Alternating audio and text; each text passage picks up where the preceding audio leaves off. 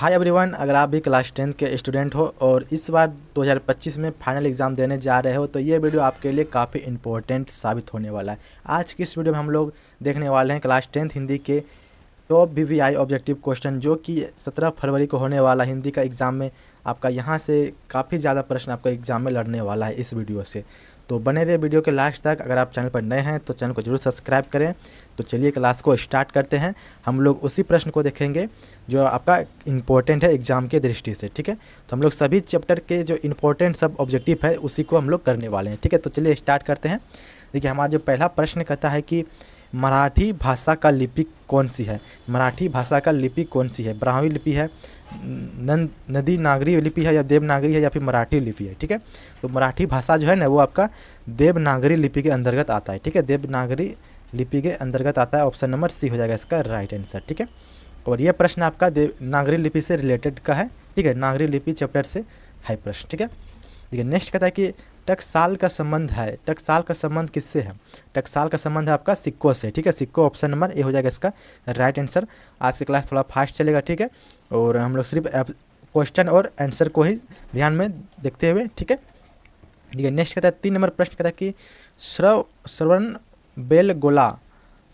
बेलगोला स्थान का संबंध है किससे? जैन धर्म से, बौद्ध धर्म से, सिख धर्म से, या फिर वैष्णव धर्म से, ठीक है। तो इसका जो राइट आंसर हो जाएगा ऑप्शन नंबर ए हो जाएगा जैन धर्म से, ठीक है। जैन धर्म से ये आपका संबंध है।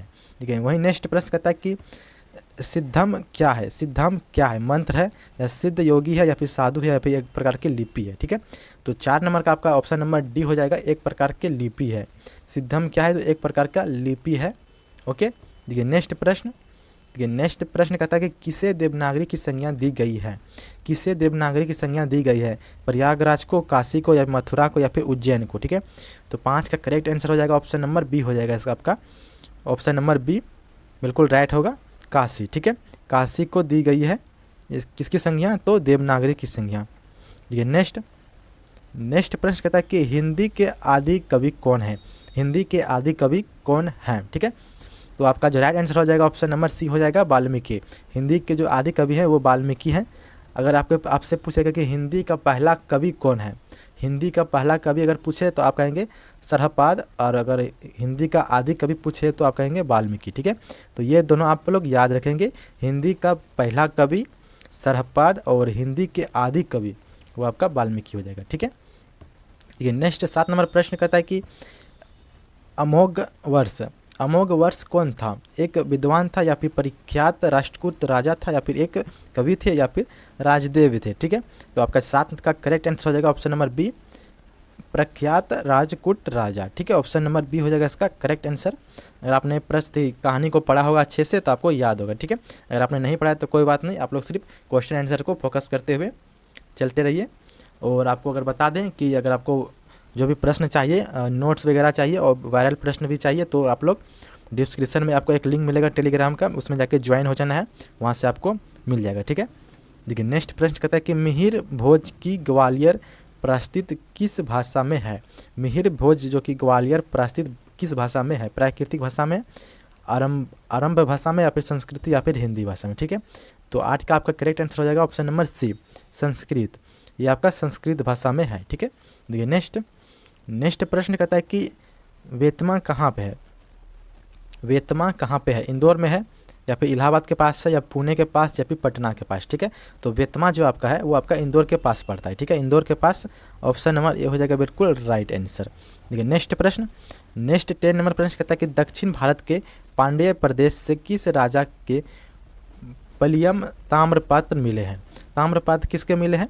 महेंद्रपाल को, या फिर राजा वर्णगुण को, या फिर राजा भोज को, या फिर श्रीगंग राजा को, ठीक है। तो आपका 10 का जो करेक्ट आंसर होगा ऑप्शन नंबर बी हो जाएगा, राजा वर्णगुण को, ठीक है। वर्णगुण, ऑप्शन नंबर बी हो जाएगा इसका राइट आंसर। वर्णगुण को ताम्रपत्र मिले थे, कहाँ पे? दक्षिण भारत में, ठीक है। देखिए, नेक्स्ट कहता है कि अमरकांत को किस पुरस्कार से पुरस्कृत किया गया था? अमरकांत को किस पुरस्कार से पुरस्कृत किया गया था? और ये आपका प्रश्न है, आपका काफ़ी इंपॉर्टेंट है, जो कि आपका चैप्टर का नाम बहादुर है, और बहादुर से यानी कि ये रिलेटेड है, ठीक है। तो अमरकांत जी जो है उसको जो पुरस्कार मिला था वो साहित्य अकादमी का मिला था, ठीक है। साहित्य अकादमी पुरस्कार, ऑप्शन नंबर बी हो जाएगा इसका राइट आंसर। ठीक है। नेक्स्ट कहता है कि जिंदगी और जौक किसकी कहानी है? प्रेमचंद्र की है या फिर सुदर्शन की या फिर महेश सिंह या फिर अमरकांत जी का, ठीक है। तो 12 का आपका करेक्ट आंसर हो जाएगा ऑप्शन नंबर डी हो जाएगा, अमरकांत जी का है जिंदगी और जोग, ठीक है। नेक्स्ट प्रश्न, एक सेकेंड देखिए, नेक्स्ट कहता है कि बहादुर का पूरा नाम क्या है। ये भी प्रश्न कई बार पूछ चुका है कि बहादुर का नाम क्या है, ठीक है। तो बहादुर का नाम सुख बहादुर है या दिल बहादुर या फिर कुल बहादुर या फिर गुल बहादुर, ठीक है। तो बहादुर का पूरा नाम दिल बहादुर माना जाता है, ठीक है। ऑप्शन नंबर बी हो जाएगा इसका राइट आंसर। देखिए नेक्स्ट प्रश्न, नेक्स्ट कहता है निर्मला आंखों पर क्या रखकर रोने लगी। निर्मला आंखों पर क्या रखकर रोने लगी, रुमाल या फिर हाथ या फिर आंचल या फिर इनमें से कोई नहीं, ठीक है। तो 14 का आपका करेक्ट आंसर होगा ऑप्शन नंबर सी हो जाएगा, ठीक है। ऑप्शन नंबर सी आंचल, आंचल हो जाएगा आपका बिल्कुल राइट। आंचल बोलने तो जो आपका साड़ी का जो होता है ना अचरा, ठीक है, उसी को कहते हैं। देखिए नेक्स्ट प्रश्न, नेक्स्ट 15 नंबर प्रश्न कहता है कि लेखक के घर में किसकी निर्यात आवश्यकता थी, यानी कि किसका ज़रूरत था, नौकर का या फिर चापलूस का या फिर चपरासी का या फिर पहरेदार का, ठीक है। तो लेखक के घर में बहुत सारा काम था जिसमें क्या नौकर की ज़रूरत थी इसको, ठीक है। ऑप्शन नंबर ए हो जाएगा इसका राइट आंसर, नौकर की ज़रूरत थी। देखिए नेक्स्ट प्रश्न, नेक्स्ट कहता है कि माँ के डर से लड़का रात भर कहाँ छिपा था। माँ के डरों से लड़का कहाँ पे था, पहाड़ में था, जंगल में या फिर पड़ोसी के घर या फिर विद्यालय में छुपा था, ठीक है। तो माँ के डर से जो रात भर जो छुपा था वो आपका जंगल में छुपा था, ठीक है। जंगल हो जाएगा आपका ऑप्शन नंबर बी हो जाएगा इसका करेक्ट आंसर, जंगलों में। देखिए नेक्स्ट प्रश्न, नेक्स्ट कहता है कि लड़के ने हंडिया से कितने रुपए निकाले थे, हंडिया या फिर जो भी है, ठीक है, उसमें से कितने रुपए निकाले थे, 5 रुपये या फिर 2 रुपये या 3 या फिर 6 रुपये, ठीक है। तो वो आपका निकाले थे 2 रुपये निकाले थे, ठीक है। 2 रुपये ऑप्शन नंबर बी हो जाएगा इसका राइट आंसर। देखिए वहीं नेक्स्ट प्रश्न कहता है कि इस मोहल्ले में बहुत डैश लोग रहते हैं, इस मोहल्ले में बहुत डैश डैश डैश लोग रहते हैं, क्या लोग रहते हैं, तिच्छू लोग रहते हैं, धनी लोग रहते हैं या फिर गरीब लोग या फिर विश्वासी लोग। तो इसका जो राइट आंसर होगा ऑप्शन नंबर ए हो जाएगा, तुच्छ लोग, ठीक है। तुच्छ लोग रहते हैं यहाँ पे इस मोहल्ले में, ऑप्शन नंबर ए बिल्कुल राइट होगा आपका। देखिए नेक्स्ट प्रश्न, नेक्स्ट कहता है बहादुर लेखक की पत्नी निर्मला को किस रूप में देखना चाहता था, देवी के रूप में, बहन के रूप में, भाभी के रूप में या फिर माँ के रूप में। तो आपका राइट आंसर होगा ऑप्शन नंबर डी हो जाएगा, माँ के रूप में देखना चाहता था। ऑप्शन नंबर डी बिल्कुल आपका करेक्ट होगा। देखिए नेक्स्ट प्रश्न, नेक्स्ट कहता है बहादुर पर कितने रुपये की चोरी का एग्जाम लगा था। तो उन्होंने 2 रुपया चुराए थे लेकिन चोरी का एग्जाम था उसके ऊपर 11 रुपया का, ठीक है। ऑप्शन नंबर बी हो जाएगा इसका करेक्ट है। नेक्स्ट देखिए, नेक्स्ट कहता है कि निराला की साहित्य साधना के रचनाकार हैं।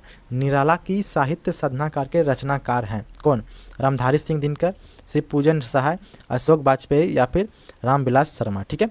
तो 21 का आपका जो राइट आंसर होगा ऑप्शन नंबर डी हो जाएगा, रामविलास शर्मा, ठीक है। Ramvilas Sharma option number D बिल्कुल आपका राइट हो जाएगा।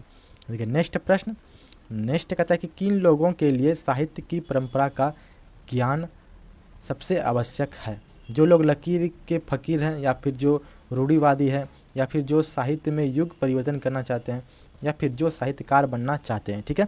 तो 22 का जो आपका करेक्ट आंसर होगा ऑप्शन नंबर सी हो जाएगा, ठीक है। ऑप्शन नंबर सी, जो साहित्य के युग में परिवर्तन करना चाहता है, ऑप्शन नंबर सी, उसके लिए साहित्य परंपरा का ज्ञान आवश्यक है। क्योंकि अगर आप साहित्य में परिवर्तन करना चाहेंगे तो आपको साहित्य का ज्ञान भी होना जरूरी है, ठीक है, तभी आप परिवर्तन कुछ चेंज कर सकते हैं। देखिए नेक्स्ट प्रश्न, देखिए ये आपका प्रश्न जो आपका है ये आपका परंपरा का यानी कि जो मूल्यांकन चैप्टर से है, ठीक है। तो देखिए नेक्स्ट कहता है कि साहित्य सापेक्ष रूप होता है। साहित्य सापेक्ष रूप होता है, क्या होता है, तो ये आपका होता है स्वाधीन होता है, ठीक है। स्वाधीन ऑप्शन नंबर बी हो जाएगा इसका राइट आंसर, स्वाधीन होता है साहित्य का सापेक्ष रूप, ठीक है। देखिए नेक्स्ट प्रश्न 24 नंबर प्रश्न कहता है कि साहित्य के निर्माण में किनकी भूमिका निर्णायक है। साहित्य के निर्माण में किनकी भूमिका निर्णायक है। तो इसका जो राइट आंसर होगा ऑप्शन नंबर ए हो जाएगा, प्रतिभाशाली मनुष्यों की, प्रतिभाशाली मनुष्यों का भूमिका निर्णायक है, ठीक है। किसके क्षेत्र में, तो साहित्य के क्षेत्र में, साहित्य के निर्माण में, ठीक है। नेक्स्ट देखते हैं प्रश्न, देखिए नेक्स्ट कहता है कि अभिच्छन का शब्द अर्थ है, शब्दार्थिक अर्थ है, ठीक है। अभिच्छन का शब्दार्थिक अर्थ है, क्या है, तो ये इसका होता है अटूट होता है, ठीक है। अटूट ऑप्शन नंबर बी हो जाएगा आपका राइट आंसर, अटूट होता है, ठीक है। देखिए नेक्स्ट प्रश्न देखते हैं। नेक्स्ट कहता है कौन सा ऐसा गुलाम देश था जिसकी सभ्यता ने पूरे यूरोप को प्रभावित किया। ऐसा कौन सा गुलाम देश था जिसकी सभ्यता यानी कि जो संस्कृति सभ्यता होता है वो पूरे यूरोप के देशों को प्रभावित किया था। भारत की सभ्यता या फिर अमेरिका की या फिर दक्षिण अफ्रीका की या फिर एथेंस की, ठीक है। तो ये भी प्रश्न आपका इम्पोर्टेंट है और कई बार आया है और इस बार भी आने का काफ़ी ज़्यादा चांस है, ठीक है। तो इसका राइट आंसर हो जाएगा ऑप्शन नंबर डी हो जाएगा आपका एथेंस का, ठीक है। एथेंस हो जाएगा आपका बिल्कुल राइट। देखिए नेक्स्ट प्रश्न, नेक्स्ट कहता है कि आदिम का अर्थ है, आदिम का अर्थ क्या होता है बताइए। आदिम का अर्थ होता है अंत, अंत अंत प्राचीन, ठीक है, अंत प्राचीन। ऑप्शन नंबर बी हो जाएगा आपका right answer, option number B अति प्राचीन, सॉरी, यानी कि बहुत पुराना चीज़ को आदिम कहते हैं, ठीक है। देखिए नेक्स्ट प्रश्न, नेक्स्ट कहता है किस वर्ष की क्रांति के बाद रूस और गैर रूसी जाति के आपसी में बहुत बड़ा परिवर्तन हुआ था। ऐसा कौन सी क्रांति हुआ था जिसके बाद रूसी और गैर रूसी जातियों में आपसी में बहुत बड़ा परिवर्तन हुआ था, ठीक है। तो ये जो आपका हुआ था क्रांति, ये आपका 1917 के क्रांति के बाद हुआ था, ठीक है। 1917 के रूसी क्रांति के बाद हुआ था ऐसा। ऑप्शन नंबर सी बिल्कुल आपका करेक्ट होगा। नेक्स्ट प्रश्न, देखिए नेक्स्ट कहता है कि सभ्यता का हर स्तर क्या नहीं होता है, सभ्यता का हर स्तर क्या नहीं होता है। धर्म युद्ध होता है, कर्म युद्ध होता है, या फिर वर्ग युद्ध, या फिर द्वंद्व वही युद्ध, ठीक है। तो आपका जो करेक्ट आंसर होगा 29 का ऑप्शन नंबर सी हो जाएगा वर्ग युद्ध, यानी कि सभ्यता का हर स्तर यानी कि वर्ग युद्ध नहीं होता है, ठीक है। ऑप्शन नंबर सी आपका बिल्कुल राइट हो जाएगा इसका। नेक्स्ट प्रश्न, नेक्स्ट कहता है शर्मा जी के पुरस्कार की राशि किसे दान स्वरूप में दिया, ठीक है। जो शर्मा जी के पुरस्कार की राशि है वो किसे दान के रूप में दिया था, ठीक है। गरीबों को, बेरोजगारों को, भारत सरकार को, या फिर राज्य सरकार को, ठीक है। तो 30 का आपका करेक्ट आंसर होगा ऑप्शन नंबर बी हो जाएगा, सॉरी सी हो जाएगा भारत सरकार को, ठीक है। भारत सरकार को इसके पुरस्कार की जो राशि थी वो दे दिया गया था, ठीक है। देखिए नेक्स्ट प्रश्न, नेक्स्ट कहता है कि इनमें कौन पंडित बिरजू महाराज की शिष्या नहीं थी, इनमें कौन पंडित बिरजू महाराज की शिष्या नहीं थी। ये प्रश्न आपका चैप्टर का नाम है जीत जीत में निखरता हूँ, ठीक है। उसी चैप्टर से ये प्रश्न आपका है, ठीक है। तो इसमें से जो आपका शिष्या नहीं पूछ रहे हैं ना, तो नहीं हो जाएगा आपका अनुराधा, ठीक है।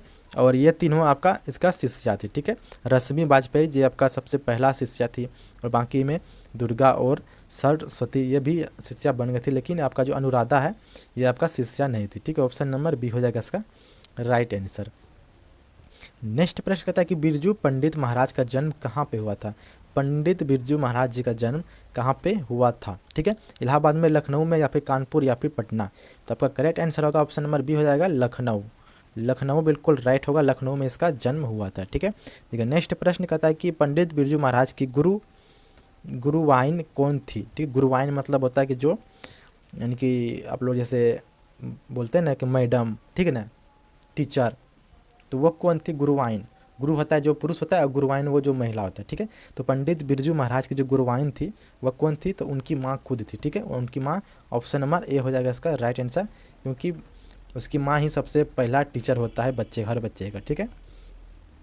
देखिए नेक्स्ट प्रश्न कहता है बिरजू महाराज को संगीत नाटक अकादमी पुरस्कार कब प्राप्त हुआ। ये आपका काफ़ी इंपॉर्टेंट है, ठीक है, कि बिरजू महाराज को संगीत नाटक अकादमी का पुरस्कार कब मिला था, ठीक है। तो ये आपका मिला था 1965 में, ठीक है। 1965 ऑप्शन नंबर ए हो जाएगा इसका राइट आंसर, 1965 ईस्वी को मिला था, ठीक है। नेक्स्ट प्रश्न, देखिए नेक्स्ट कहता है कि पंडित बिरजू महाराज का जन्म कब हुआ था, कब हुआ था और कहाँ पे हुआ था, ये दोनों आप लोग याद रखेंगे। कब हुआ था, तो 4 फरवरी 1938 को, ठीक है। 4 फरवरी 1938 को कहाँ पे, तो आप कहेंगे लखनऊ में, ठीक है। ये नेक्स्ट प्रश्न, नेक्स्ट कहता है कि बिरजू महाराज का प्रारंभिक नृत्य शिक्षा किससे प्राप्त हुई। नृत्य बोले तो जो नाच करता है उसका शिक्षा किससे प्राप्त हुआ था, पिताजी से, माताजी से, या फिर कपिला जी से, या फिर इनमें से सभी से, ठीक है। तो 36 का आपका करेक्ट आंसर होगा ऑप्शन नंबर सी हो जाएगा आपका कपिला जी से, ऑप्शन नंबर सी आपका कपिला जी हो जाएगा। कपिला जी ने बिरजू महाराज जी को यानी कि सिखाया था शुरू में नृत्य का शिक्षा, ठीक है। देखिए नेक्स्ट प्रश्न, नेक्स्ट कहता है कि किस उम्र में बिरजू महाराज नृत्य कला में पारंगत हो गया था, यानी कि नृत्य कला बोले तो इसमें वो लग गए थे, ठीक है।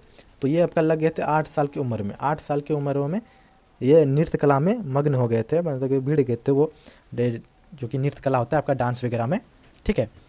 देखिए नेक्स्ट प्रश्न, नेक्स्ट कहता है बिरजू महाराज के पिता क्या थे। बिरजू महाराज के जो पिता थे वो क्या थे, प्रसिद्ध संगीतकार थे, गाना गाते थे, या फिर प्रसिद्ध नाटककार थे, या फिर प्रसिद्ध कला प्रेमी थे, या फिर प्रसिद्ध यानी कि नृत्यकी थे। ठीक है, नर्तकी बोले तो नचनिया बोलते हैं इसको, या फिर जो नची जो भी मतलब नाचते वगैरह है ना उसी को बोलते हैं। ठीक है, तो ऑप्शन नंबर डी हो जाएगा इसका राइट आंसर कि प्रसिद्ध नृत्यकी थे। ठीक है, तो बिरजू महाराज के पिता भी यानी कि नाचते थे और बिरजू महाराज भी वही काम करते थे, वो भी नाचने का काम करते थे। ठीक है, देखिए 39 कहता है कि बिरजू महाराज की पहली शिष्या कौन थी। आपसे पूछेगा कि कौन शिष्या नहीं थी, तो अनुराधा शिष्या नहीं थी, और पहली शिक्षा आपका रेशमी हो जाएगा। ठीक है, रेशमी ऑप्शन नंबर सी हो जाएगा इसका करेक्ट आंसर। देखिए वहीं नेक्स्ट प्रश्न कहता है कि बिरजू महाराज को संगीत भारतीय से जोड़ने में किनका योगदान था। ये आपका काफ़ी इंपॉर्टेंट प्रश्न है कि बिरजू महाराज को संगीत भारतीय में जोड़ने का जो कि योगदान है वो किसका था, माता जी का, पिताजी का, या फिर कपिला जी का, या फिर इनमें से किसी का नहीं। तो आपका जो राइट आंसर होगा ऑप्शन नंबर सी हो जाएगा कपिला जी। ठीक है, कपिला जी उनका प्रारंभिक गुरु भी थे और उन्हीं ने क्या किया था, तो संगीत भारतीय से जोड़ने का भी योगदान दिया था। ठीक है, ऑप्शन नंबर सी हो गया। हमारा पहला प्रश्न कहता है कि किसने पोप की गतिविधियों पर नज़र रखने के लिए किला बनवाया था। ऐसा कौन थे जिन्होंने पोप के जो गतिविधियों पर नज़र रखने के लिए किला बनवाए थे। क्या वो डच शासक थे, या फिर फ्रेंच शासक, या फिर यूनान के शासक, या फिर एथेंस के शासक। ठीक है, शासक का मतलब होता है राजा। ठीक है, तो ये कहाँ के राजा थे। ठीक है, तो ऑप्शन नंबर आपका क्वेश्चन नंबर एक आपका हो जाएगा ऑप्शन नंबर बी। ठीक है, फ्रेंच के शासक यानी फ्रेंच के राजा ने बनवाया था किला नज़र रखने के लिए, किसमें, तो पोप की गतिविधियों पर। ठीक है, नेक्स्ट प्रश्न देखते हैं वहाँ पे। देखिए 2 नंबर प्रश्न कहता है कि नदी के किनारे भी नदी है, नदी के किनारे भी नदी है, गद्य काव्य किसकी कृति है। ये किसकी कृति है, अगेत जी का है, या फिर अशोक वाजपेयी की है, या फिर शांतिप्रिय द्विवेदी की है, या फिर विद्यानंद निवास मिश्र की है। ठीक है, तो 2 नंबर का आपका करेक्ट आंसर होगा ऑप्शन नंबर बी हो जाएगा अशोक वाजपेयी। अशोक वाजपेयी का ये कहना है यानी कि ये कृति है कि नदी के किनारे भी नदी है। ओके, नेक्स्ट प्रश्न देखिए 3 नंबर प्रश्न कहता है कि करथ्यूनिस संप्रदाय का ईसाई मठ था। करथुनिस संप्रदाय का ईसाई मठ था। ठीक है, क्या था वो, त्रिशूल था, या फिर ला श्रुगृह था, या फिर ला शत्रुज, या फिर ला शत्रुज ला। ऑप्शन एक ही जैसा लग रहा है, लेकिन इसका आंसर आपका जो होगा ना ऑप्शन नंबर सी हो जाएगा। ठीक है, ला शत्रुज ऑप्शन नंबर सी आप लोग याद रखेंगे। ठीक है, वहीं 4 नंबर प्रश्न कहता है कि कुमार गंधर्व का क्या है, गंधर्व। ठीक है, कुमार गंधर्व क्या है, एक गीतकार हैं, या फिर शास्त्रीकार हैं, गायक हैं, एक कलाकार हैं, या फिर चित्रकार हैं। ठीक है, तो कुमार गंधर्व जो है वो शास्त्रीय गायक हैं। ठीक है, ये गाना गाते हैं, शास्त्रीय गायक, ऑप्शन नंबर बी बिल्कुल आपका राइट होगा। ठीक है, देखिए नेक्स्ट प्रश्न देखते हैं। नेक्स्ट कहता है कि अवन्यो पाठ रचित है, अवन्यो पाठ रचित है किसका, अशोक वाजपेयी द्वारा, या फिर मैक्स मुलर द्वारा, या फिर अगय द्वारा, या फिर महावीर द्विवेदी द्वारा। ठीक है, 5 का आपका करेक्ट हो जाएगा ऑप्शन नंबर ए हो जाएगा बिल्कुल राइट, अशोक वाजपेयी द्वारा रचित है। ठीक है, नेक्स्ट देखते हैं प्रश्न, एक सेकेंड। नेक्स्ट कहता है कि विलनव। ठीक है, विलनव क्या है, छोटा सा गांव है, या फिर छोटा सा कस्बा है, या फिर छोटा सा शहर है, या बड़ा शहर है। ठीक है, विलनव क्या है, तो ये आपका क्या है, तो एक छोटा सा गांव है। ठीक है, ऑप्शन नंबर ए हो जाएगा इसका राइट आंसर। गांव थोड़ा सा छूट गया है, ऑप्शन नंबर ए हो जाएगा आपका करेक्ट आंसर। ओके, ये 7 में प्रश्न कहता है कि अवन्यो फ्रांस का एक प्रमुख रहा, क्या रहा, संगीत केंद्र, या फिर कला केंद्र, या फिर नृत्य केंद्र, या फिर श्रवण केंद्र। ठीक है, तो 7 नंबर का आपका हो जाएगा कला केंद्र, option number B. Option number B आपका बिल्कुल राइट होगा, कला केंद्र रहा क्या, अवन्यो फ्रांस का एक प्रमुख कला केंद्र रहा था। ठीक है, देखिए नेक्स्ट कहता है कि अशोक वाजपेयी को फ्रेंच सरकार द्वारा किस जाने वाला पुरस्कार है। ठीक है, अशोक वाजपेयी को फ्रांस सरकार द्वारा दिए जाने वाला पुरस्कार है, कौन सा, officer the award of France, या फिर साहित्य अकादमी पुरस्कार, या फिर दैवती मोदी कवि शेखर सम्मान, या फिर इनमें से सभी। तो आपका जो 8 का करेक्ट आंसर होगा ऑप्शन नंबर ए हो जाएगा। ठीक है, officer award the order of cross. ठीक है, ऑप्शन नंबर ए बिल्कुल आपका करेक्ट हो जाएगा, हालांकि ये इंग्लिश में आपका इंग्लिश का शब्द है। ठीक है, देखिए 9 नंबर प्रश्न कहता है कि आंध्रवेदा क्या है, आंध्रवेदा क्या है, तो ये आपका कवि है। ठीक है, आंध्रवेदा क्या है, एक कवि है, ऑप्शन नंबर ए आपका बिल्कुल राइट होगा।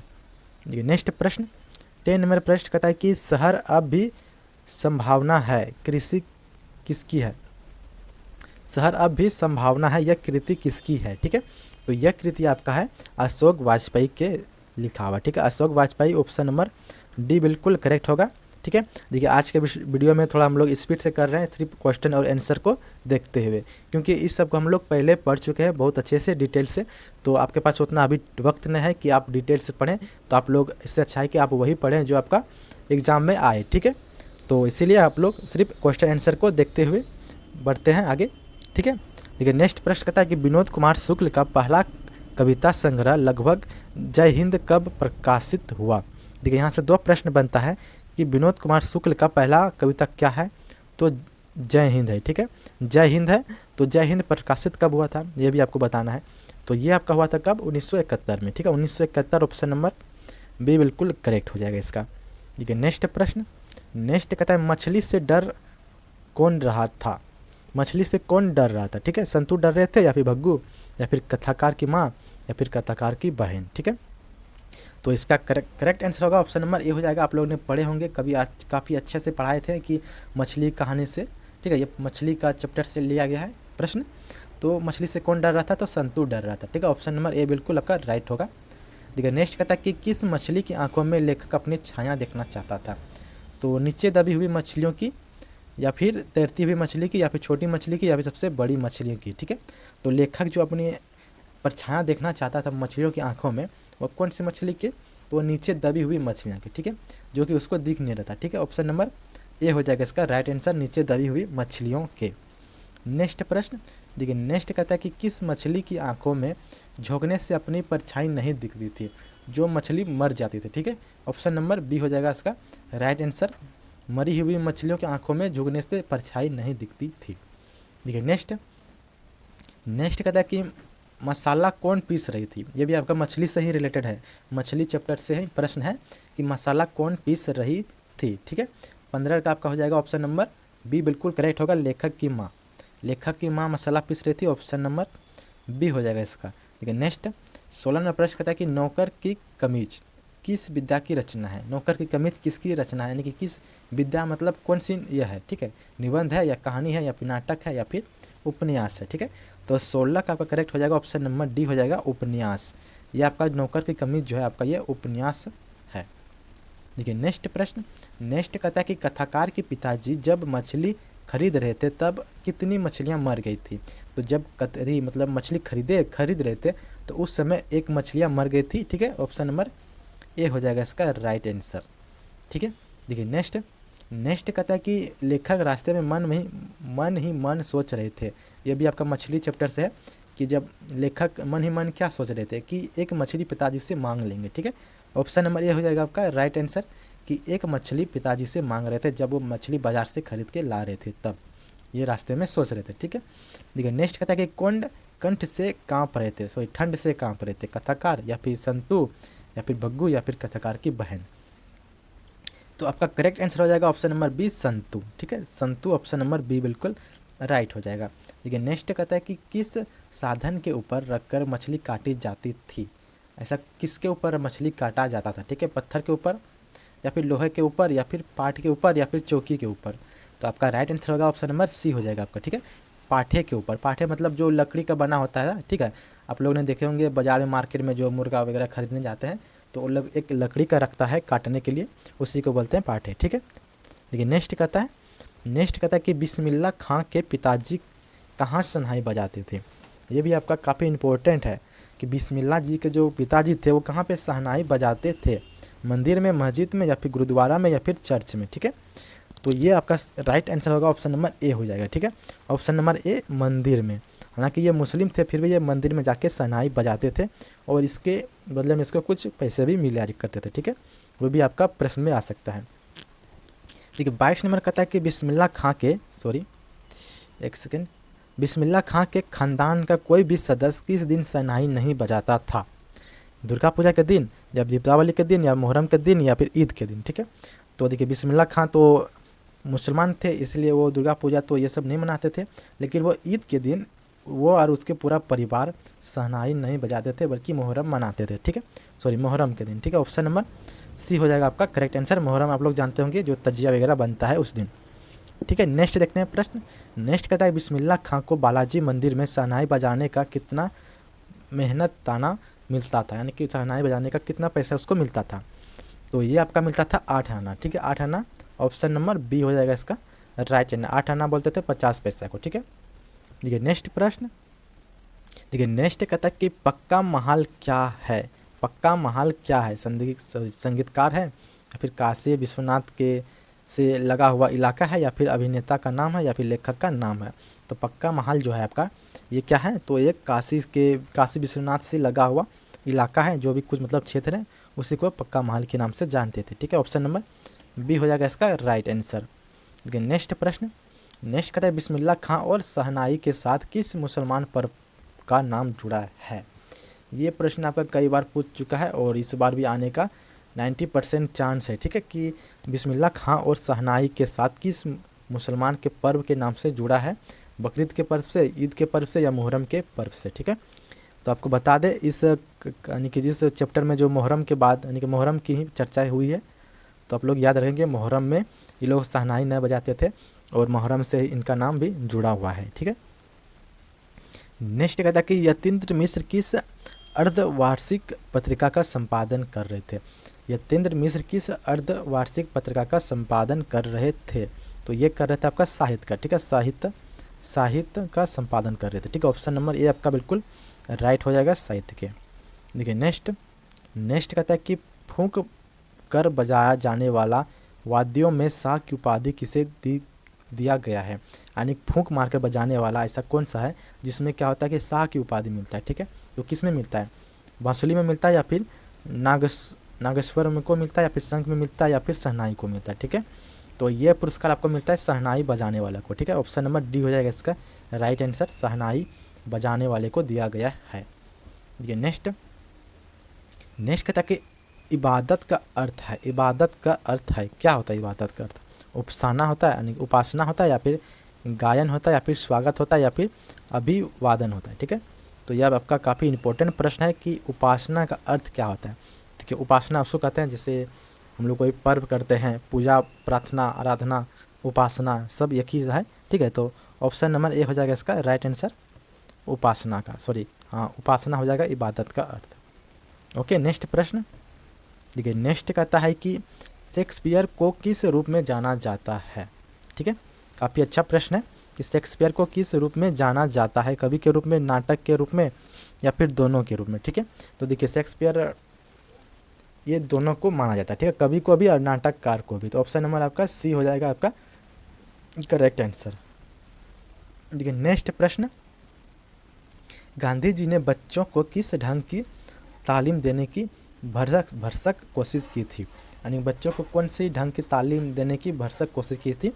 वह था हिंसक प्रतिरोध का या फिर अहिंसक प्रतिरोध का या फिर सहनशील प्रतिरोध का या फिर आक्रामक प्रतिरोध का। ठीक है, तो आपका 30 का आपका करेक्ट हो जाएगा ऑप्शन नंबर बी, असहिंक प्रतिरोध, यानी कि बोले तो असहिंक मतलब अहिंसा का प्रतिरोध। ठीक है, अहिंसा बोले तो लड़ाई झगड़ा नहीं। ठीक है, आप लोग गांधी जी के बारे में तो पढ़े ही होंगे। देखिए नेक्स्ट कहता है गांधी जी वकालत की पढ़ाई के लिए कहाँ गए थे, यानी कि वकील की पढ़ाई के लिए कहाँ गए थे, तो वो गए थे आपका लंदन गए थे। ठीक है, लंदन गए थे, ऑप्शन नंबर सी हो जाएगा इसका राइट आंसर। देखिए नेक्स्ट प्रश्न कहता है गांधी जी दक्षिण अफ्रीका से कब तक रहे थे, यानी कब से कब तक रहे थे दक्षिण अफ्रीका में। ये भी आपका प्रश्न काफ़ी इंपॉर्टेंट है। देखिए इसका जो राइट आंसर होगा ऑप्शन नंबर ए हो जाएगा 1893 से 1893 से 1914 तक। ठीक है, 1914 तक ये आपका अफ्रीका में रहे थे, 1915 में भारत आए थे। ठीक है, अगर पूछे कि गांधी जी अफ्रीका से भारत कब आए थे, तो 1915 में आए थे और 17 से ये आपका आंदोलन स्टार्ट कर दिया। 17 से लेकर कब तक, तो 1947 तक बहुत सारे आंदोलन किए थे, जो कि गांधी युग के नाम से भी जानते हैं हम लोग। ठीक है, लेकिन नेक्स्ट प्रश्न।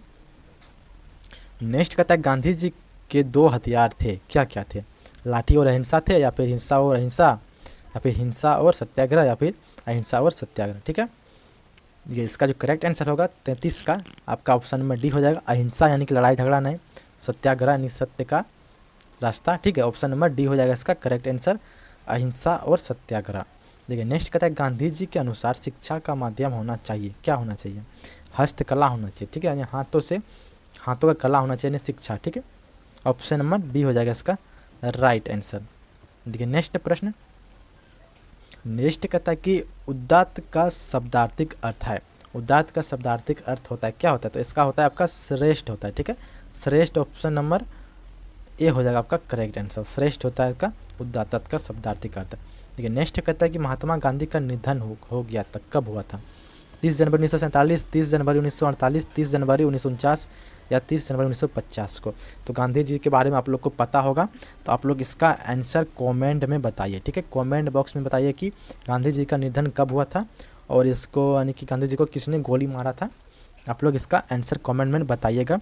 ताकि दही वाली मगम्मा के मूलतः किस भाषा में लिखित है? दही वाली मगम्मा जो आपका है ये कौन सी भाषा में लिखा हुआ है, ठीक है। तो इसका ऑप्शन है ए है तमिल, बी है आपका कन्नड़ और सी है तेलुगु और डी आपका मलयालम, ठीक है। तो हम लोग सिर्फ आंसर को फोकस करते हुए चलेंगे क्योंकि टाइम आपके पास बहुत कम बचा हुआ है। तो देखिए इसका आंसर होगा क्या? कन्नड़ भाषा में, ठीक है। कन्नड़ भाषा में ये लिखा हुआ है, ऑप्शन नंबर बी हो जाएगा इसका करेक्ट आंसर, ओके।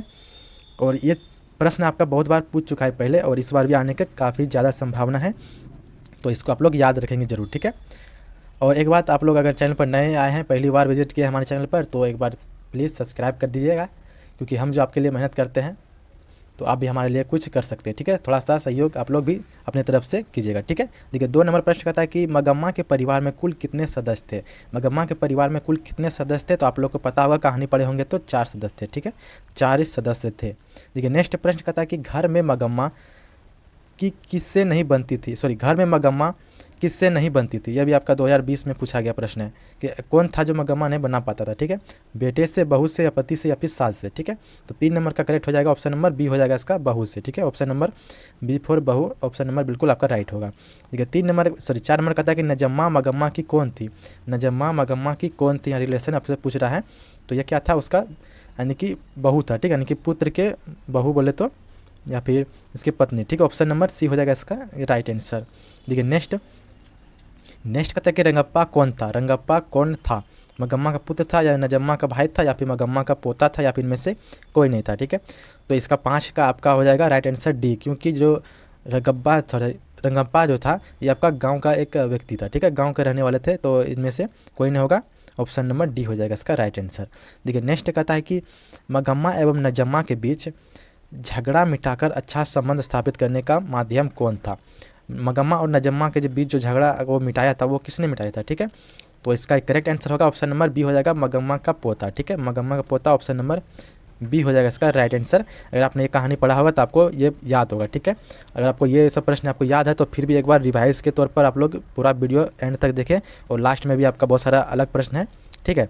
तो हम लोग यहाँ पे कुल 3 ऐसा चैप्टर का ऑब्जेक्टिव लेकर आए हैं जो कि मेन आपको है, ठीक है। ये 7 नंबर कहता है कि कथावाचक को मगम्मा का क्या कहती थी? कथावाचक यानी कि जो लेखक है वो मगम्मा को क्या कहती थी? तो उसको माजी कहते थे, ठीक है। माजी, ऑप्शन नंबर सी हो जाएगा इसका करेक्ट आंसर। ये नेक्स्ट कहता है कि मगम्मा का उसकी बहू के साथ क्यों विवाद था? मगम्मा का उसके बहू के साथ क्यों विवाद था, ठीक है। तो क्योंकि उसके साथ क्या था, तो सास अपने बेटे पर हक जमाना चाहती थी, सास अपने बेटे पर हक जमाना चाहती थी और बहू अपने पति पर हक जमाना चाहती थी, इसीलिए दोनों लड़ाई करती थी, ठीक है। तो ऑप्शन नंबर सी और सी हो जाएगा आपका, यानी कि ए और बी दोनों, ये दोनों आपका ऑप्शन सही है, तो ऑप्शन नंबर सी हो जाएगा इसका करेक्ट आंसर, ठीक है। यानी कि बेटा, यानी कि सास चाहते थे कि बेटा हमारे कब्जे में रहे और बहू चाहते थे कि पति हमारे कब्जा में रहे, ठीक है। तो इसलिए दोनों में लड़ाई होता था, विवाद होता था, ठीक है। लेकिन 9 नंबर प्रश्न कहता है कि मगम्मा रंगप्पा से क्या चाहता था? मगम्मा जो है वो रंगप्पा से क्या चाहता था? दही चाहता था, धन चाहता था, दूध या घी चाहता था, ठीक है। तो ऑप्शन नंबर बी हो जाएगा धन, ऑप्शन नंबर बी बिल्कुल करेक्ट होगा, धन चाहता था। देखिए नेक्स्ट कहता है श्रीनिवास का पूरा नाम क्या है? श्रीनिवास जी का पूरा नाम क्या है? ऑप्शन ए आपका सावर दयरा सुजाता या फिर मास्तिक विकेटेस अयरंगन या फिर 7 कोड़ी होता है, ठीक है। तो ऑप्शन जो आपका जो करेक्ट आंसर होगा 10 का, ठीक है, तो हो जाएगा ऑप्शन नंबर सी हो जाएगा, यानी कि मास्ती वेकटेंस अयंगर, ठीक है। ऑप्शन नंबर सी आप लोग याद रखेंगे, श्रीनिवास जी का पूरा नाम था, ओके। देखिए नेक्स्ट प्रश्न, एक सेकेंड। ये नेक्स्ट 11 नंबर प्रश्न कहता है कि ढहते विश्वास कहानी किस राज्य के प्राकृतिक आपदा पर आधारित है? जो ढहते विश्वास कहानी है यह कौन सी राज्य की प्राकृतिक आपदा के बारे में बताया गया है, ठीक है। तो इसका करेक्ट आंसर होगा, सॉरी यहाँ पे ऑप्शन आपका मिसमैच है, ठीक है। आप लोग इसको ध्यान से देख लीजिए एक बार, ये दोनों आपका जो है ना, इसमें आपदा के बारे में, राज्य के बारे में बोला है तो आप लोग कहेंगे उड़ीसा, ठीक है। उड़ीसा राज्य के बारे में बताया गया है। और यहाँ पे आपका नदी पूछेगा थी कि ढहते विश्वास कहानी में किस नदी का भयावह दृश्य प्रस्तुत किया गया है, तो आप कहेंगे कौन सी नदी, तो महानदी की, ठीक है, महानदी, महानदी। तो ये दोनों ऑप्शन यानी कि दोनों क्वेश्चन में ऑप्शन थोड़ा उल्टा पुल्टा हो गया, इसका ऑप्शन उसमें, इसका इसमें हो गया, ठीक है। तो आप लोग याद रखेंगे इस चीज़ को, ठीक है। देखिए नेक्स्ट देखते हैं प्रश्न। 13 नंबर प्रश्न कहता है कि लक्ष्मी के गांव के समीप किस देवी देवता के मंदिर थे। तो लक्ष्मी के गांव के समीप जो देवी देवता के मंदिर थे वो थे आपका माँ मुंडेश्वरी का, ठीक है, एवं शिव के थे। ऑप्शन नंबर ए हो जाएगा इसका, माँ मुंडेश्वरी एवं भगवान शिव के मंदिर थे, ठीक है। ऑप्शन नंबर ए आपको याद होगा, ठीक है।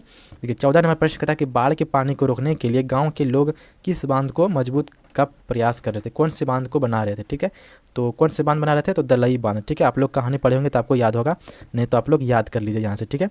इससे आपका काफ़ी इंपॉर्टेंट है, BBI सब ऑब्जेक्टिव है, ठीक है। देखिए नेक्स्ट प्रश्न, देखिए 15 नंबर प्रश्न कहता है कि लक्ष्मी का घर किस नदी के बांध के बीच बना था, नीचे बना था। तो ये बना था आपका देवी बांध के नीचे, ठीक है। ऑप्शन नंबर ए हो जाएगा इसका करेक्ट आंसर।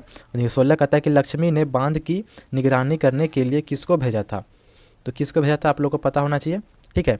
तो वो भेजा था आपका अच्युत को, ठीक है, सॉरी अच्युत को। ऑप्शन नंबर ए हो जाएगा अच्युत, ऑप्शन नंबर ए बिल्कुल करेक्ट हो जाएगा। ठीक है नेक्स्ट 17 नंबर प्रश्न कहता है कि लक्ष्मी का घर किस चीज़ से बना था। ये काफ़ी इंपॉर्टेंट है, कई बार प्रश्न पूछ चुका है कि लक्ष्मी का जो घर था वो किस चीज़ का बना था, घास मिट्टी का, या फिर ईंट सीमेंट का, या फिर पत्थर सीमेंट, या फिर सीमेंट मिट्टी। तो देखिए इसमें सीमेंट का बात है नहीं, तो अब सीमेंट इसमें भी ये भी कट जाएगा आपका। सीमेंट का घर तो था ना उसका, तो क्या था, तो घास और मिट्टी का था, ठीक है। ऑप्शन नंबर ए हो जाएगा इसका राइट आंसर। देखिए नेक्स्ट कहता है कि 18 नंबर प्रश्न कहता है कि गुण निधि कहाँ से लौटा था। गुण निधि कहाँ से लौटा था ये आपको पता होगा, आप लोग कहानी पढ़े होंगे, तो आप लोग इसका आंसर आप लोग कमेंट में बताइए, ठीक है। कहाँ से लौटा था, कोलकाता से, या फिर राउरकेला से, या फिर जयपुर से, या फिर कटक से, ठीक है। ऑप्शन नंबर आप लोग इसका कमेंट में बताइएगा, कमेंट में देखते हैं किसका आंसर आता है, ठीक है। यह क्वेश्चन आपके लिए भरोसे छोड़े। देखिए नेक्स्ट प्रश्न, नेक्स्ट कहता है कौन स्वेच्छा सेवक दल के साथ बांध की मरम्मत में लग गया था। कौन था जो कि स्वेच्छा सेवक दल के साथ बांध की मरम्मत में लग गया था, ठीक है। तो कौन लगा था, तो गुण निधि लगा था, ठीक है। ऑप्शन नंबर बी हो जाएगा इसका राइट आंसर, ठीक है। नेक्स्ट एक सेकेंड, देखिए नेक्स्ट कहता है लक्ष्मी लक्ष्मण की क्या थी। लक्ष्मी जो थी वो लक्ष्मण का क्या थी, तो पत्नी थी, ठीक है। आपको पता होगा पत्नी थी, ऑप्शन नंबर बी हो जाएगा इसका करेक्ट आंसर पत्नी। नेक्स्ट कहता है कि मंगू की उम्र कितनी थी। मंगू की उम्र कितनी थी, तो कितना साल का था मंगू, आप लोग को पता होगा, कहानी पढ़े होंगे, नहीं तो आप लोग याद कर लीजिए, 12 साल का था लड़का, ठीक है। ऑप्शन नंबर सी बिल्कुल करेक्ट होगा, 12 साल का, ठीक है। नेक्स्ट प्रश्न, देखिए नेक्स्ट कहता है मंगू जिस अस्पताल में भर्ती होते हैं वहाँ के कर्मचारी हैं। मंगू जिस अस्पताल में भर्ती होती है वहाँ के कर्मचारी हैं, कौन है। ऑप्शन एक है व्यवहार कुशल, या फिर अव्यवहारिक, या फिर कठोर स्वभाव की, या फिर अनुव्यवहारिक, ठीक है। तो 22 का आपका राइट हो जाएगा, ऑप्शन नंबर डी हो जाएगा, यानी कि अनुभवहीन, यानी कि उनको कोई भी अनुभव नहीं है इलाज करने का, ठीक है, उसी को कहते हैं अनुभवहीन, ठीक है। देखिए नेक्स्ट कहता है कि जन्म से ही कौन पागल था। ये आपका कई बार प्रश्न पूछ चुका है कि जन्म से कौन पागल था, ठीक है। तो इसका जो राइट आंसर होगा ऑप्शन नंबर डी हो जाएगा मंगू हो जाएगा बिल्कुल correct answer, option number D. देखिए नेक्स्ट प्रश्न 24 नंबर प्रश्न कहता है कि इस तरह पागल पुत्री को एक तो माँ ही पाल सकती है, यह किसकी उक्ति है, यानी कि किसने कहा था ये, तो गांव वाले ने कहा था, ठीक है, यानी कि समाज के लोग ने कहा था। ऑप्शन नंबर सी हो जाएगा आपका correct answer, option number C बिल्कुल राइट होगा। नेक्स्ट प्रश्न कहता है मंगू को अस्पताल का रोग कब से था, सॉरी पागलपन का रोग, ठीक है, यानी कि पागलपन का रोग कब से था, तो ये जन्म से ही पागल था, ठीक है। तो ऑप्शन नंबर बी हो जाएगा इसका करेक्ट आंसर। नेक्स्ट कहता है मंगू की माँ को कितने पुत्र थे। मंगू की माँ के कितने पुत्र थे, ठीक है, तो 2 पुत्र थे, ऑप्शन नंबर बी हो जाएगा इसका राइट आंसर। देखिए नेक्स्ट कहता है कि मंगू को लोग किस अस्पताल में भर्ती कराना चाहता था। आप लोगों ने कहानी अगर पढ़े होगा तो आपको अच्छे से याद होगा, नहीं तो आप लोग इसको देख लीजिए बढ़िया, ठीक है। तो देखिए वो जो भर्ती कराना चाहता था वो पागलों का अस्पताल में, ठीक है। ऑप्शन नंबर ए हो जाएगा इसका राइट आंसर, पागलों की अस्पताल में। नेक्स्ट है खून की सगाई। खून की सगाई किसकी प्रसिद्ध कहानी है। खून की सगाई किसकी प्रसिद्ध कहानी है, बिल्कुल देखिए ये आपका काफ़ी इंपॉर्टेंट है, और आप लोग ये रचना और उसके लेखक आप लोग को याद होना चाहिए, ठीक है। हिंदी में जितने भी रचना है और उसके लेखक आपको याद होना चाहिए, ठीक है। तो ये जो आपका लिखा हुआ किसका है, तो ये आपका पटेलिकर का है, ठीक है, ईश्वर पटेलिकर, ऑप्शन नंबर बी हो जाएगा इसका राइट आंसर। खून की सगाई ईश्वर पटेली की रचना है, कहानी है, ठीक है। देखिए नेक्स्ट 29 नंबर प्रश्न कहता है कि माँ किस भाषा में रचित कहानी है। देखिए 21 में पूछा गया प्रश्न है कि माँ जो है वो किस भाषा में रचित कहानी है, बंगाली भाषा में या फिर उड़ीसा या फिर गुजराती या फिर राजस्थानी। तो 29 का आपका हो जाएगा राइट आंसर सी हो जाएगा, ठीक है, option number C Gujarati, Gujarati. Okay next प्रश्न देखते हैं। देखिए नेक्स्ट कहता है कि माँ कहानी किसके द्वारा अनुवादित है। ये भी आपका 2019 में पूछा गया था कि जो माँ कहानी है वो किसके द्वारा अनुवादित है, बी.आर. नारायण के द्वारा या फिर बी.आर. चोपड़ा के द्वारा या फिर गोपाल दास नागरे या फिर ईश्वर पटलीकर के द्वारा, ठीक है। तो ऑप्शन नंबर आपका सी हो जाएगा, ठीक है, ऑप्शन नंबर सी गोपाल दास नागर के द्वारा, गोपाल दास नागर के द्वारा। देखिए क्वेश्चन को समझिए यहाँ पे कि माँ जो है ना वो लिखा है किसने, गुजराती भाषा में लिखा हुआ है, ठीक है, और ये आपका अनुवाद पूछेगा तो आप कहेंगे गोपाल दास नागरे। आऊँगा फिर कविता में कभी एक बार फिर कहाँ आने की लालसा व्यक्त करता है। ये सब प्रश्न कई बार पूछ चुका है और यकीन मानो कि इस बार भी आने की संभावना है, ठीक है। देखिए इसका आंसर क्या हो जाएगा, ऑप्शन नंबर बी हो जाएगा, ठीक है, ऑप्शन नंबर बी जन्मभूमि महाराष्ट्र में, ठीक है, ऑप्शन नंबर बी बिल्कुल करेक्ट हो जाएगा, ठीक है। देखिए नेक्स्ट प्रश्न, नेक्स्ट कहता है कि जीवानंद दास किस भाषा के रचनाकार हैं। जीवानंद दास जो है वो किस भाषा के रचनाकार हैं। तो आपका राइट होगा ऑप्शन नंबर सी हो जाएगा, बंगला का, ठीक है, बंगाली के ये रचनाकार हैं, ठीक है, बंगाली भाषा के। ठीक है 3 नंबर वही कहता है कि जीवानंद दास थे, क्या थे वो, स्वेच्छावादी थे या फिर यथार्थवादी थे या समाजवादी या फिर इनमें से कोई नहीं, ठीक है। तो 3 का आपका हो जाएगा राइट आंसर बी हो जाएगा, यथार्थवादी, ऑप्शन नंबर बी बिल्कुल आपका राइट होगा। देखिए नेक्स्ट प्रश्न, नेक्स्ट कहता है कि झारा पालक किसकी रचना है। झारा पालक जो है किनकी रचना है, ठीक है, अनामिका का है या फिर जीवानंद दास का है या फिर वीरेंद्र या फिर डंगरवा या फिर कुमार नारायण सिंह का, ठीक है। तो आपका जो 4 का जो ऑप्शन होगा ऑप्शन नंबर बी हो जाएगा इसका, जीवानंद दास जी का ये क्या है तो रचना है, ठीक है, झारा पालक, ठीक है। नेक्स्ट 5 नंबर देखते हैं। देखिए ये आपका काफ़ी इंपॉर्टेंट सा प्रश्न हो रहा है, ठीक है। देखिए 5 नंबर कहता है कि जीवानंद दास की रचना है, कौन सी है, तो झारा पालक ये आपने पढ़ा है, ठीक है, ऑप्शन नंबर ए हो जाएगा। अगर वहीं आपसे पूछता है कि बीजक किसका रचना है, ठीक है, बीजक पूछेगा तो आप क्या कहेंगे, अनामिका का, ठीक है, अनामिका, आप लोग याद रखेंगे, अनामिका का रचना है कौन, बीजक। और दूसरा है आपका छोड़ा हुआ रास्ता, ये छोड़ा हुआ रास्ता किसकी रचना है, तो आप याद रखेंगे मुंशी चंद्र का, ठीक है, मुंशी प्रेमचंद्र, ठीक है, प्रेमचंद्र, मुंशी प्रेमचंद्र। और आपका सी है डी में आपका नदी के द्वीप है, ठीक है, नदी का जो द्वीप है वो आपका अगय जी का है, ठीक है, अगय जी आप लोग को आता होगा, ठीक है, यानी कि अगय जी को आप लोग जानते होंगे, आपका कहानी में है, ठीक है, अगय जी का। अगय जी का आपका अगर पूरा नाम पूछे, ऑब्जेक्टिव यहाँ से पूछ सकता है कि अगय जी का पूरा नाम क्या था, तो आप कहेंगे सच्चिदानंद हीरानंद वात्सव अगय जी, ठीक है, बहुत लंबा नाम है इसका लेकिन आपको याद हो जाएगा, ठीक है। देखिए और आपसे एक रिक्वेस्ट है कि आप लोग अगर पहली बार हैं, चैनल को सब्सक्राइब नहीं किए हैं तो सब्सक्राइब प्लीज़ कर लीजिए, क्योंकि हम जो आपके लिए मेहनत करते हैं, ठीक है, ये जो मेहनत कर रहे हैं आप ही के लिए कर रहे हैं और आप लोग भी थोड़ा सा हमें सपोर्ट कर सकते हैं, ठीक है।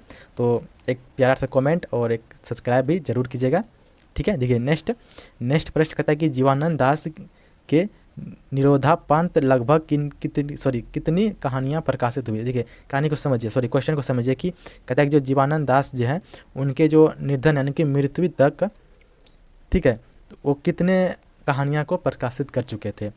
तो आपका राइट आंसर होगा ऑप्शन नंबर ए हो जाएगा, ठीक है, ऑप्शन नंबर ए लगभग 100, ठीक है, वो मरते मरते 100 कहानियों को प्रकाशित कर चुके थे, यही कह रहा है, ठीक है। देखिए नेक्स्ट कहता है कि लौट कर आऊँगा फिर कविता को हिंदी में रूपांतरित किसने किया, यानी कि अनुवाद किसने किया हिंदी में, ठीक है, ये भी आपका काफ़ी इंपॉर्टेंट प्रश्न है, ठीक है। तो इसका करेक्ट आंसर होगा 7 का ऑप्शन नंबर बी हो जाएगा, प्रयाग शुल्क, ठीक है, प्रयाग शुल्क, ऑप्शन नंबर बी बिल्कुल आपका राइट होगा। देखिए नेक्स्ट कहता है कि लौट कर आऊँगा फिर कविता में किस फसल के खेत की चर्चा है, तो आपका कहेंगे धान के, ठीक है, धान की, ऑप्शन नंबर सी हो जाएगा इसका राइट आंसर। देखिए नेक्स्ट प्रश्न, नेक्स्ट कहता है कि कवि किसके पालने की बात करता है, कवि किसको पालने की बात करता है, तो कोहरे को, ठीक है, कोहरे जो आपका सुबह सुबह निकलता है, ऑप्शन नंबर सी हो जाएगा इसका राइट आंसर। देखिए 10 नंबर कहता है कि शाम की हवा के साथ किस पक्षी की उड़ान की कल्पना की गई है। जब शाम होता है वो तो कौन सा पक्षी उड़ता है, ठीक है, तोता या फिर बगुला या फिर चिड़िया। तो देखिए ये तीनों तो शाम को उड़ता नहीं, यानी कि अंधेरा में, तो उड़ता कौन है, उल्लू उड़ता है, ठीक है, ऑप्शन नंबर डी हो जाएगा आपका राइट आंसर, उल्लू। ओके देखिए नेक्स्ट, और उल्लू को रात में भी दिखाई देता है, ठीक है। देखिए नेक्स्ट कहता है कवि ने राइफल की संज्ञा किससे दी है, कवि ने राइफल की संज्ञा किसे दी है। देखिए ये जो प्रश्न आपका था ये था आपका लौट कर आऊँगा, ठीक है। और ये प्रश्न आपका जो है ये आपका कौन सा है, एक वृक्ष की हत्या से लिया गया है, ठीक है ये प्रश्न। तो इसमें जो कवि कह रहे हैं कि राइफल की संज्ञा किससे दी गई, तो एक वृक्ष की, ठीक है, यानी कि एक वृक्ष की सूखी डाल को राइफल की संज्ञा दी गई है। ऑप्शन नंबर सी हो जाएगा इसका करेक्ट आंसर। देखिए 12 नंबर प्रश्न कहता है कि कवि ने पगड़ी का प्रतीक किसे माना है। तो पगड़ी का जो प्रतीक माना है वो किसको माना है, घर के मुंडेर को, या फिर वृक्ष के ऊपर डाल को, या फिर वृक्ष के ऊपरी भाग जिसमें फूल पत्तियां युक्त का टहनियाँ को, या फिर में से कोई नहीं, ठीक है। तो इसका correct answer option number C हो जाएगा, बिल्कुल राइट, कि जो वृक्ष के ऊपरी भाग होता है जिसमें फूल पत्तियाँ टहनियाँ होते हैं उसी को यानी कि पगड़ी का प्रतीक माना है कवि ने, ठीक है। 13 नंबर क्या कर रहा है, 13 नंबर कहता है कि खाकी वर्दी में कौन हमेशा चौकन्ना रहता है, पहरेदार या फिर नौकर या फिर वृक्ष या फिर भाई, ठीक है। तो आप लोगों ने अगर पढ़ा होगा ये कहानी एक वृक्ष की हत्या तो आपको पता होगा ये आपका शायद कविता है, ठीक है। तो ऑप्शन नंबर आपका सी हो जाएगा इसका करेक्ट आंसर, वृक्ष। वृक्ष जो है वो क्या है, तो एक वर्दी, खाकी वर्दी में हमेशा चौकन्ना रहता है, ठीक है, खड़े रहता है। ऑप्शन नंबर सी बिल्कुल आपका राइट होगा। 14 नंबर प्रश्न कहता है कि कवि कुछ देर के लिए बैठ जाता है कहाँ पे, मंदिर में या पेड़, घर में या पड़ोस में या फिर वृक्ष की छाया में। तो आपका राइट होगा ऑप्शन नंबर डी हो जाएगा, ठीक है। ऑप्शन नंबर डी, वृक्ष की छाया में बैठ जाता है। देखिए नेक्स्ट 15 नंबर प्रश्न कहता है कि कवि के अनुसार घर को किससे बचाना चाहिए। घर को जो बचाना चाहिए वो लुटेरों से बचाना चाहिए, ठीक है, लुटेरों से। ऑप्शन नंबर सी हो जाएगा। वहीं प्रश्न कहता है कि शहर को बचाना चाहिए किससे, गंदगी से, भ्रष्टाचार से, या फिर नादिरों से, या फिर शोरगुल से, ठीक है। तो 26 का आपका जो राइट आंसर होगा, आप लोग इसका आंसर खुद बताइएगा कॉमेंट में, ठीक है। कॉमेंट में बताइए कि इसका जो राइट आंसर होगा क्या होगा 16 नंबर का, ठीक है। देखिए आप लोग एक बार इसको देख लीजिए, आंसर को, क्वेश्चन को पढ़ लीजिए कि शहर को बचाना चाहिए किससे बचाना चाहिए, इसका आंसर हमें कमेंट में मिल जाना चाहिए, ठीक है। देखिए नेक्स्ट 17 में प्रश्न कहता है कि नदियाँ को बचाना चाहिए किससे बचाना चाहिए, नाला हो जाने से। नदी को बचाना चाहिए था नाला हो जाने से, यानी कि उसमें गंदगी ना फैले नदी नाले के जैसे, ठीक है। तो इसीलिए इस कवि ने कहा है कि नदी को बचाओ नाला होने से। ऑप्शन नंबर ए हो जाएगा इसका राइट आंसर। नेक्स्ट 18वां प्रश्न कहता है कि कुआं हो जाने से किसे बचाना चाहिए था, धुआं हो जाने से, ठीक है, धुआं बोल रहा है यहाँ पे। तो धुआं हो जाने से जो बचाना है वो किसको, हवा को बचाना है, ठीक है, हवा। ऑप्शन नंबर सी हो जाएगा इसका राइट आंसर। और आपका नेक्स्ट कहता है कि जंगल को किससे बचाना चाहिए, ये भी आपका एक वृक्ष हत्या की से रिलेटेड है ऑब्जेक्टिव प्रश्न, कि एक जंगल को किससे बचाना चाहिए, तो बताना चाहिए मरुस्थल हो जाने से। यानी कि इसमें कह रहा है कि जंगल को नहीं काटो नहीं तो मरुस्थल हो जाएगा, ठीक है, सब जंगल कट जाएगा तो मरुस्थल हो जाएगा, इसलिए कहता है कि जंगल को बचाओ मरुस्थल होने से। ऑप्शन नंबर ए हो जाएगा इसका राइट आंसर। नेक्स्ट 20 नंबर प्रश्न कहता है कि जंगल हो जाने से किसे बचना चाहिए, जंगल हो जाने से किसे बचना चाहिए। देखिए इसका आंसर देखिए, ऑप्शन आपका ये है कि शहर को, गाँव को, या फिर घर के परिसर को, या फिर मनुष्य को। तो जंगल हो जाने से किसको बचना चाहिए, तो इसका राइट आंसर होगा ऑप्शन नंबर डी हो जाएगा, ठीक है, मनुष्य को। 21 नंबर कहता है कि भारत माता के संबंध में क्या सही है, क्या वो शेर वासनी है, या फिर नगर वासनी है, या फिर ग्राम वासनी है, या फिर विंध्य वासनी है, ठीक है। तो जो भारत माता है वो कहाँ पे निवास करती है आप लोग को पता होगा, ग्राम में, ठीक है। ऑप्शन नंबर सी हो जाएगा इसका, ये ग्राम वासनी है। ऑप्शन नंबर सी बिल्कुल राइट होगा। देखिए नेक्स्ट कहता है कि देहासनी कौन है, सरेंद्र दुहासनी कौन है, जनता है या प्रजा है या फिर माता है या फिर भारत माता है। तो इसका राइट होगा ऑप्शन नंबर डी हो जाएगा, भारत माता को कहा गया है। वहीं कहता है कि गीता प्रकाशनी किसे के लिए प्रयुक्त है, यह भी आपका भारत माता के लिए प्रयुक्त है। ऑप्शन नंबर डी हो जाएगा इसका राइट आंसर। देखिए नेक्स्ट प्रश्न, नेक्स्ट कहता है कि पंत का जन्म कहाँ हुआ था, पंत जी का जन्म कहाँ हुआ था। देखिए पंत का पूरा नाम अगर पूछेगा तो आप कहेंगे सुमित्रानंद पंत, ठीक है, सुमित्रानंद पंत, ठीक है, और शॉर्टकट में इसको पंत के नाम से भी जानते हैं, ठीक है। तो पंत जी का जो जन्म हुआ था वो कहाँ पे हुआ था, तो कोसावनी अल्मोड़ा में, ठीक है, कोसावनी अल्मोड़ा। ऑप्शन नंबर बी हो जाएगा इसका करेक्ट आंसर। पंत ने काव्य लिखा था, क्या लिखा था, अचुआस या फिर बादल या फिर गुणवाणी या फिर लोकनायता, ठीक है। तो 25 का जो राइट आंसर होगा ऑप्शन नंबर डी हो जाएगा, लोकयतन, लोकयतन, ठीक है, लोकायतन हो जाएगा बिल्कुल राइट आंसर डी। ये नेक्स्ट 26 नंबर कहता है कि गंगा यमुना को कवि ने किसके रूप में प्रयुक्त किया है, ये आपका काफ़ी इंपॉर्टेंट प्रश्न है कि गंगा यमुना जो है हमारी नदी यहाँ है, वो कवि ने किसके रूप में प्रस्तुत किया है, ठीक है, भारत माता के दो हाथों के रूप में, या फिर भारत माता के दो पैरों के रूप में, या भारत माता के दो आँखों के रूप में, या फिर इनमें से सभी। तो इसका राइट आंसर होगा ऑप्शन नंबर सी हो जाएगा, भारत माता के दो आँखों के रूप में, ठीक है, दो आँखों के रूप में प्रस्तुत किया है किसको, गंगा यमुना को, ठीक है। ये नेक्स्ट 27 नंबर प्रश्न कहता है कि तरुतल निवासिनी को के माध्यम से कवि ने भारत के निवासियों का कैसा चित्रण किया है। जो कि तरुतल निवासिनी क्या है, उसके माध्यम से कवि ने भारत को निवासी को कैसा चित्रण किया है। थोड़ा सा इसमें टाइपिंग मिस लग रहा है, ठीक है, तो आप लोग क्वेश्चन को समझ जाइएगा। तो कैसा किया है, तो दीनता का किया है, दीनता का चित्रण किया है। ऑप्शन नंबर ए हो जाएगा इसका right answer. Okay, option number A बिल्कुल राइट होगा, दीनता का। ठीक है, वहीं नेक्स्ट कहता है कि भारतेंदु का शब्दार्थिक अर्थ है। भारतेंदु का शब्दार्थिक अर्थ है, ठीक है, शब्दार्थिक अर्थ क्या हो जाएगा, तो ऑप्शन नंबर डी हो जाएगा इसका राइट आंसर, क्योंकि शरद ऋतु का चंद्रमा।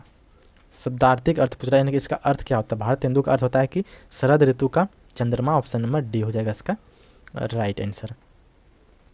नेक्स्ट 29वां प्रश्न कहता है कि कंदरन का अर्थ है, कंदरन का अर्थ है क्या है, रोना, हंसना या गाना, या फिर कुंद मूल खाना, ठीक है। तो 29 का आपका हो जाएगा, क्या हो जाएगा, ऑप्शन नंबर ए हो जाएगा, रोना। ऑप्शन नंबर ए हो बिल्कुल राइट होगा, रोना होता है किसका, कंदरन का अर्थ। नेक्स्ट प्रश्न, नेक्स्ट कहता है कि तप संयम कौन सा समास है। ये समास से आपका रिलेटेड है कि तत्संयम है, वो कौन सा समास है, द्विगु समास, तत्पुरुष समास, कर्मधारय समास या द्वंद्व समास, ठीक है। तो 30 का आपका हो जाएगा राइट आंसर डी, द्वंद्व समास। ये आपका टाइपिंग मिस है थोड़ा, ठीक है। नेक्स्ट कहता है कि पंत की मृत्यु कब हुई थी, यानी किसका, सुमित्रानंद पंत की मृत्यु कब हुई थी। तो आप लोग याद रखेंगे 29 दिसंबर 1977 को, 29 दिसंबर 1977 को इसकी मृत्यु हो गई थी, ठीक है। ऑप्शन नंबर बी हो जाएगा इसका करेक्ट आंसर।